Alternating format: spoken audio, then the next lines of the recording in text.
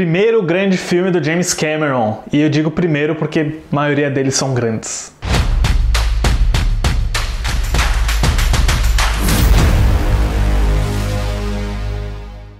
Olá, fãs da Sétima Arte, meu nome é Lucas Nascimento e esse é o Lucas Filmes, e hoje eu tô aqui para falar sobre O Exterminador do Futuro, segundo filme do James Cameron, continuando aí nossa retrospectiva sobre a filmografia desse diretor genial. Mas antes, vou pedir para você curtir esse vídeo, se inscrever no canal e ativar o sininho para não perder notificação dos próximos vídeos. Bom, eu acho que ninguém aqui gostaria de ter Piranhas 2, Assassinas Voadoras, como primeiro crédito de direção no seu currículo ou perfil do IMDb, mas eu aposto que qualquer um adoraria ter O Exterminador do Futuro como estreia, porque que filme! Para falar sobre O Exterminador do Futuro, a gente tem que relembrar um pouquinho sobre as habilidades do James Cameron. Como eu comentei no meu vídeo sobre Piranhas 2, o Cameron trabalhou muito com efeitos especiais, muito com a pintura em mate, e por conta disso ele era um ótimo desenhista. Ele inclusive faz a maioria dos storyboards dos filmes dele, e durante as filmagens de Piranhas 2 em Roma, ele estava sofrendo com a interferência excessiva dos produtores italianos no filme. Ele só estava tentando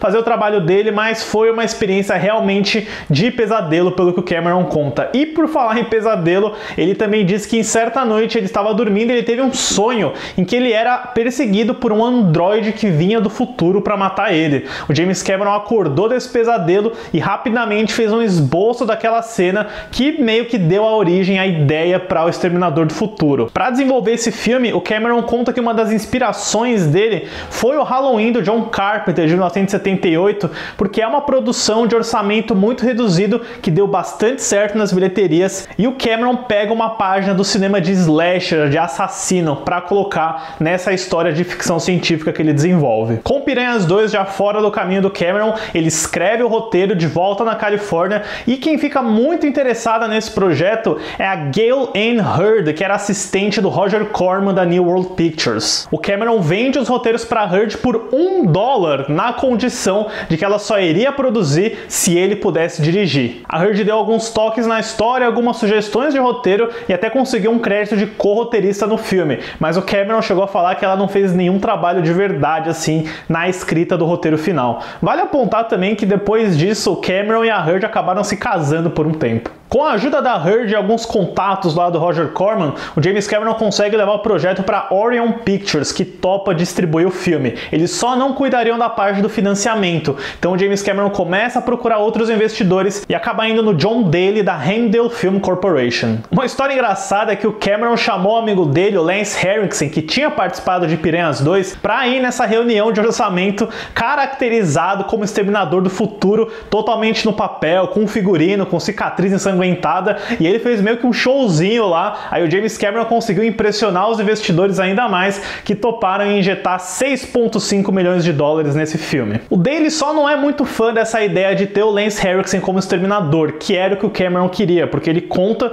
que o personagem do Exterminador deveria ser alguém que se mesclasse facilmente em multidões, porque ele é uma arma de infiltração. Então o James Cameron vai para essa nova missão de encontrar um ator que pudesse interpretar o personagem titular. Ele teve algumas sugestões como Sylvester Stallone e o Mel Gibson, mas lhe foi recomendado o Arnold Schwarzenegger, o ator austríaco, mas o Cameron não gostou nada dessa ideia. Ele inclusive marcou um almoço para conhecer o Schwarzenegger e a intenção dele era construir uma briga com o Schwarzenegger, coragem, hein? Para impedir ele de conseguir o papel. Mas quando o Cameron se encontra com o Arnold Schwarzenegger, os dois simplesmente se adoram. O Cameron gosta do Schwarzenegger, ele vê que o Schwarzenegger entende bem a proposta do papel. Eu até cheguei a ler que alguns produtores queriam o Schwarzenegger para fazer o papel do Kyle Reese, o que não tem nada a ver, né? O Cameron disse que lá, conversando com o Schwarzenegger nesse almoço, ele já estava fazendo uns sketches, fazendo uns desenhos do Schwarzenegger caracterizado como Exterminador, e ele simplesmente falou, tá, esse é o Exterminador do filme. E apesar de ter um orçamento considerável por trás do filme,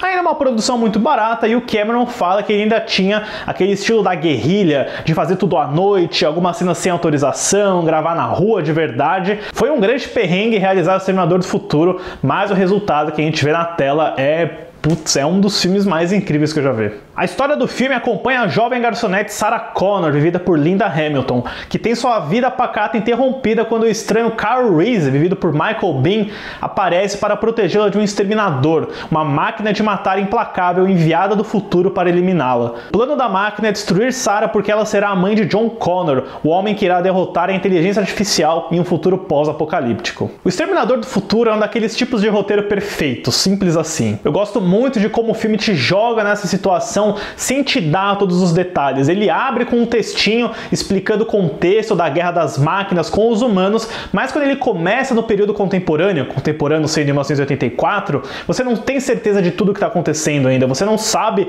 que a máquina enviada tem a aparência de um humano, você não sabe quem é o humano, quem é a máquina, e você vai pegando as peças ao longo do caminho através de diálogos, pelo comportamento bizarro do Schwarzenegger como exterminador. Tudo isso é muito bem construído como um mistério, um thriller mesmo. E o que eu acho um grande barato desse filme também é que ele, em essência, é uma batalha extremamente épica para definir o futuro da humanidade contra as máquinas, mas do ponto de vista de uma sociedade normal, né? Você nem sabe, a pessoa que está do lado de fora não sabe o que está acontecendo ali. Isso é muito inteligente por pegar esse conceito gigante e oferecer esse olhar micro, né? Só trazer elementos do futuro e colocar na linha do tempo atual que ele tá. É um facilitador muito bom de orçamento e também ajuda para o espectador, né? O espectador fica curioso para saber sobre aquele futuro. Você tem alguns flashbacks, algumas referências, mas por você só ter as histórias daqueles personagens, torna a experiência muito mais assustadora, porque você fica naquela expectativa de, nossa, eles têm que impedir aquele futuro, né? Isso é muito bacana também. Você até poderia simplesmente ter esse filme de caçada e perseguição da Sarah e do Carl fugindo desse serial killer que é incapaz de ser destruído.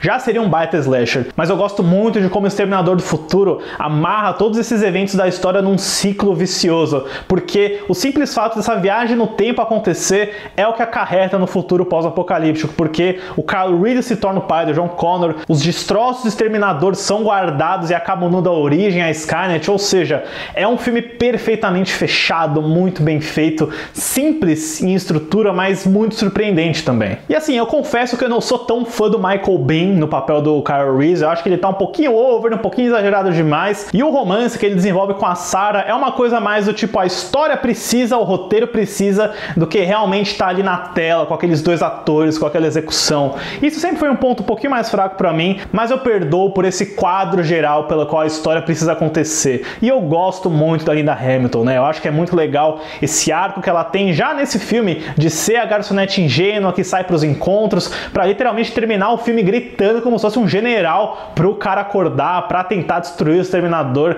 É uma coisa que só ficaria mais intensa, mais interessante, né, no Exterminador do Futuro 2. E no sentido da direção, é impressionante ver como James Cameron evolui muito do Piranhas 2. Eu até defendo a direção dele naquele filme, mas o Exterminador do Futuro é outro nível. O filme tá sempre em movimento, é empolgante, muito tenso também. Essa sensação de terror do slasher é um elemento que nenhuma das outras continuações do Exterminador do Futuro tentou replicar, na verdade, né? Cada vez mais eles vão ficando mais focados na ação. O que eu acho tão único desse Exterminador é essa sensação de terror, e eu acho que isso é muito traduzido nas sequências de ação também. Aquela cena da danceteria do Tech Noir, que é toda construída pela música, pelos olhares, pelos flashes de neon da luz colorida, quase como se fosse um encontro romântico entre os olhos da Sarah, do Kyle e o Exterminador no meio. Aquela sequência pra mim é um dos pontos altos da franquia inteira. E eu gosto muito daquela música também, Burning in the Third Degree, muito legal. E falando sobre o próprio Exterminador, a gente tem que marcar aqui os dois elementos que tornam ele tão icônico. Primeiro é a performance do Schwarzenegger, claro, né? Acho que o filme aproveita muito bem essa presença ameaçadora dele, as expressões frias, a falta de diálogos e de falas que ele tem, né? O Schwarzenegger até fala